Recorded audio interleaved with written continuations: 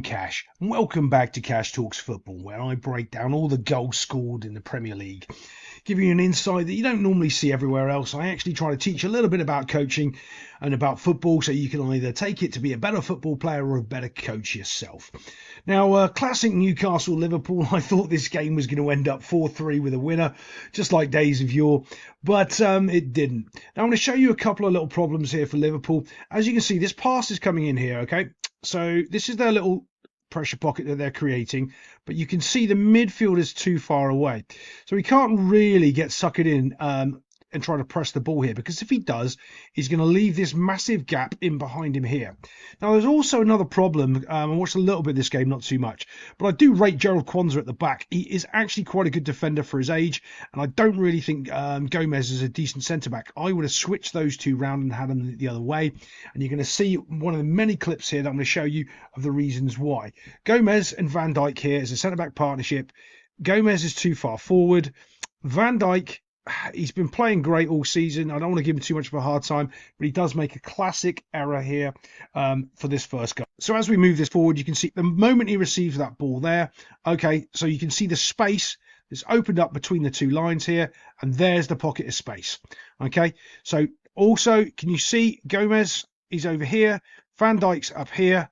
Watch this, because it's like a tank slapper. They keep getting at as soon as you're out of shape. So Gomez is out of shape this way, he tries to come back, and then he's out of shape when it goes that way. Watch what happens here. You can see Kwanzaa, even though he's playing right, is that Kwanzaa? No, I don't think it is. I think it's someone else playing right back. It's almost in the right position.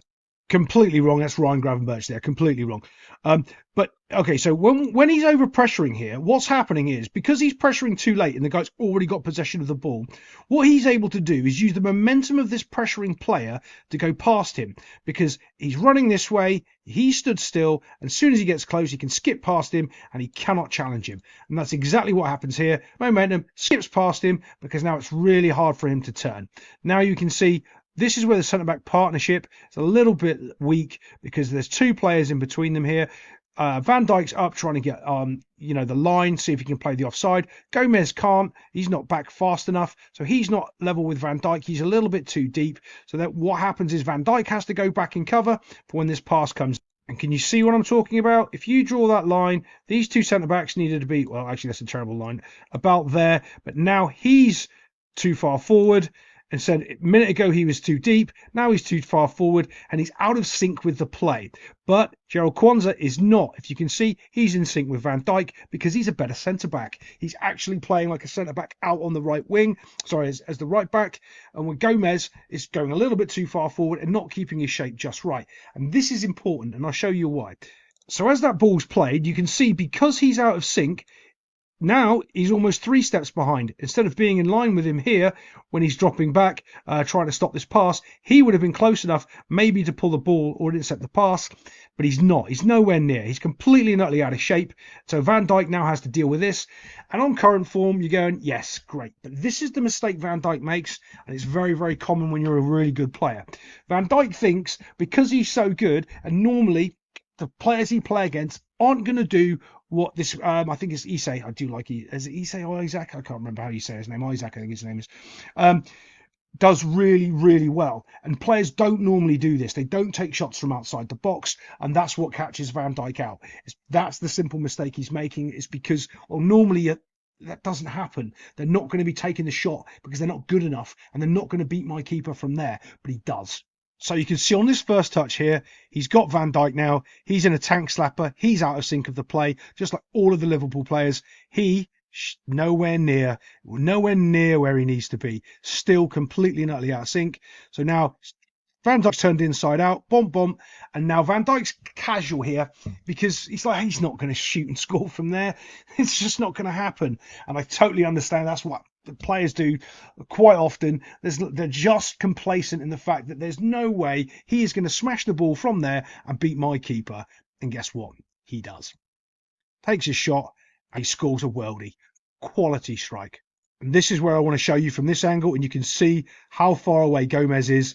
He needs to be about right there, sitting about there, so he can actually try to do something when this pass comes in, or maybe pressure just a little bit. But Van Dijk, watch as it goes.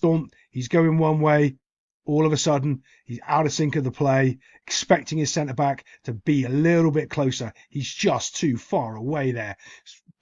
Look, and if he is close enough, he's probably just running here, and Van Dijk isn't really worried, even though he wasn't worried, and that's what caused the goal in the first place, as that step goes on there, and he just beats him.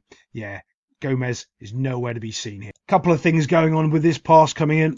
Look at the players standing off, allowing this 35-yard pass to go. There is no way you should be standing doing that. You should be just pressure him, just run towards him. Maybe he mishits the pass, maybe it hits you, but standing there trying to, I don't know what you're doing. You cannot allow this with a Liverpool team. Soon as they're able to, because they can pick you off so easy. They've got this guy, I don't know if you've heard about him, he's called Mo Salah, and he's off to the races because there's a pass in behind. Simple little ball, boff, off we go. You cannot have that much space on the flanks with no pressure in midfield on the ball, because you will get picked off into those wide areas all day long. Liverpool have got quality from their centre-backs, from their goalkeeper. Well, I don't know if Keller is quite as good as Alisson, but you know that you cannot allow them to have free reign of the ball in the middle of the park, because they will just pick you apart. Now, this is what you want to keep your eye on. This is the runners that's going to score the goal. That's what you need to be thinking about. Is the Newcastle player going to track the run all the way back through? Is he actually going to do his job and defend properly? Or is he going to give up halfway through? Obviously, Mo Salah is going to win the foot race at 150 years old that he is. But he gets the ball down here, and all he has to do is just wait for the cavalry.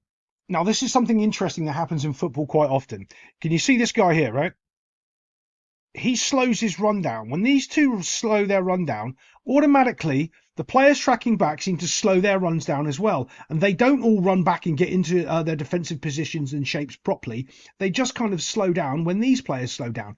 It's bizarre. You'll see it. Now I've mentioned it, you'll see it. When these running players, they slow down, and all the players tracking in, they've kind of slowed down as well. Very, very strange. Happens all the time in football. So as this moves forward, you can see he hasn't really busted a gut. These two are still fighting. But key, body shape. Look where he's looking. He has got no idea that there's a runner coming in here. He is focused on fighting here with Darwin Núñez, who's a complete and utter handful. He is facing the wrong way. He isn't covering. He isn't really doing anything. If he's going to get to the ball, get to the ball. If not, have a look around, because there's a player running from your blind side here, and he can't really be tracked by the Newcastle player, even though he is making an effort. But does he track him all the way? Now you can see body shape slightly changed. He's gone from looking that way to looking that way. But if he was looking that way and turning his head, he would have already read that and read this space, and he would have been able to deal with it. Doesn't. Ball gets played in. It's a quality little ball, and then it's just a side foot. Good finish, to be fair. Keeper, no chance. Top corner. Now, this is a very strange goal for Liverpool to concede because of the way it happens. Okay, so we're starting on this side over here, playing the ball through, and there's a pocket of space between four midfielders. No one is close enough to make a challenge at all.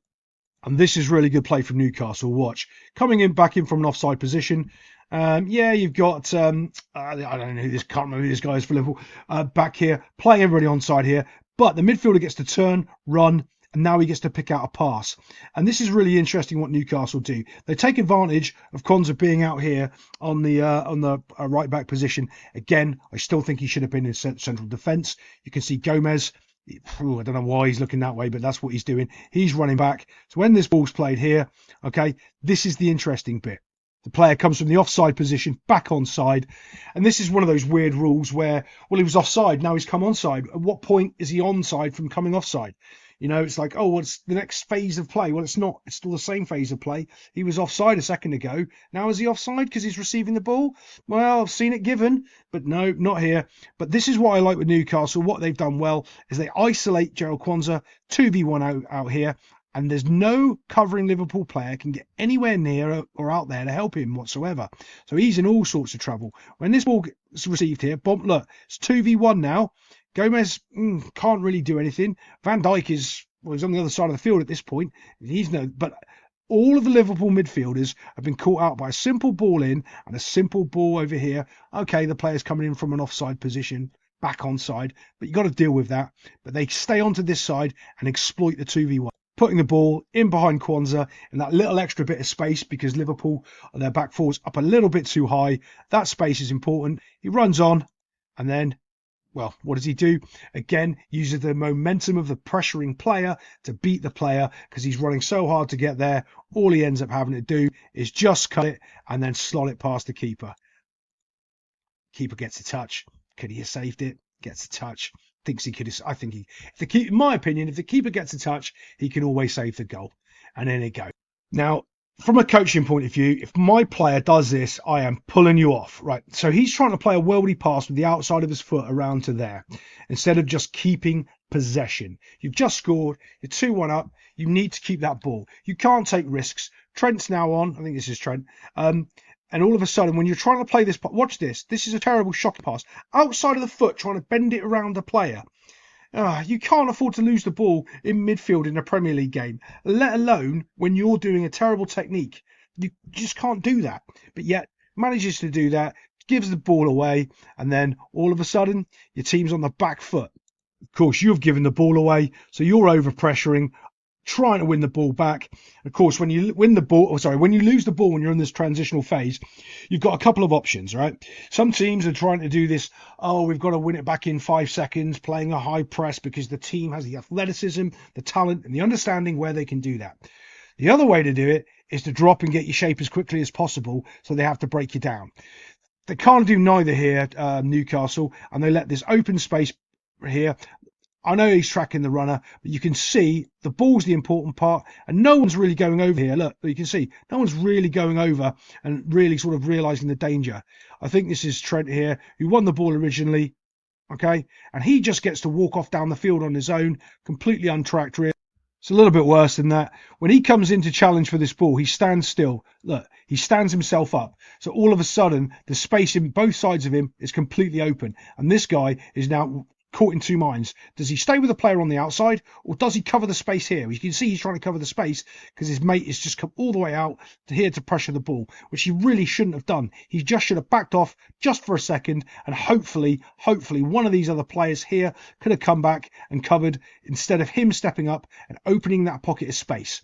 Because in football, when you open that pocket of space, that's normally the place they're going to score from. Someone has stepped out of the line, someone's come too far forward, and the other two players, left and right, haven't squeezed and covered that space for you, and everyone's moved over just a little bit. So what happens when you move the ball ever out here? Bomb. See that's pocket of space where he's stood up and pressured from? Now that's the pocket of space that's opened up where the goal will come. Mo Salah, who was out there fighting with this kiddie here who lost the ball in the first place, here he is in that pocket of space that's completely opened up, and all he's got to do is make great contact with the ball from a delivery from Trent. And if you ask me, well, yeah, chances are it's going to be a goal. Delivery in, little finish, and he gets himself a goal. By the way, it's close, isn't it? Right-footed, I think that is. I think Mo Salah's figured out that he has got 2 feet now, and that's real danger for people, because he can now kick the ball with his right foot, and then it goes, off goes Mo, celebrating. This is just a good goal by Liverpool. Even though Newcastle are trying to pressure the ball, they can't really get close. They're a little bit stretched. Got 3 players here, double overload here on this blind side. And what they end up doing is moving the ball really, really quickly. Now, also, there's a little bit of creativity here from this little wee duty as the ball gets played in. You know me, I don't really care about all players' names. I don't really care. I break down and analyse gameplay. I don't care which player it is. I do know some, but not many. And as the old ball gets played, you can see Newcastle are absolutely nowhere near doing anything about stopping this. Watch. When this ball gets played, boom, little step over. No one is anywhere near, I think this is Trent out here, to actually be able to put pressure on the ball or do anything, because they've over-pressured right through the middle of the field with 3 players, and now they're in no man's land. This is very, very interesting as well when you watch this. This pocket of space here, because you have those 3 players run out, there's no one, when this ball gets cut back in, to deal with Mo Salah here. 3 defenders with 3 players. You're expecting a midfielder to be somewhere in this pocket of space, but they all ran out and chased the ball and just got passed around really, really quickly, opening up that gap in the middle for a little touch. It's not the best touch in the world, but he's setting himself up to spin and just smash it into the net box. And that's what he does. quality finish, good goal, fast ball movement, but it all comes down to those three players pushing out all together, opening up that pocket of space. Now, if they didn't move the ball quickly, Liverpool would never have been able to use that space that they just ran out of, but they did, and they got themselves a goal. Last one here from Newcastle as the ball goes in, and you want to know the difference between a real number one and a number 2.5, almost a number one. This is what it is. Goalkeeper error here. It's just frustrating when if you're watching this, because for some reason you always think the keeper actually knows what he's doing. As this ball comes across here from a keeper point of view, you're going, yeah, I can get this all day long, but he doesn't catch it for some reason. He just watches it and watches it. Liverpool, back post. Don't know who should have been tracking their runner here, but you know what? Not good enough. If you're defending, you're trying to win a league, you need to be better than this, because he's got in behind you. And when this ball doesn't get catched by the keeper, because you think, well, is he going to do something? No. And then it's just touched there, and it's in by the tightest of margins. Don't know how it goes in, but it does. Don't know why the keeper doesn't catch it. Don't know why he doesn't put his arms up to try to knock it out. I just think he assumes it's going out of play and didn't see that blindside runner. And that's just cost him 3 points. Other than that, I'll see you next time on Cash Talks Football.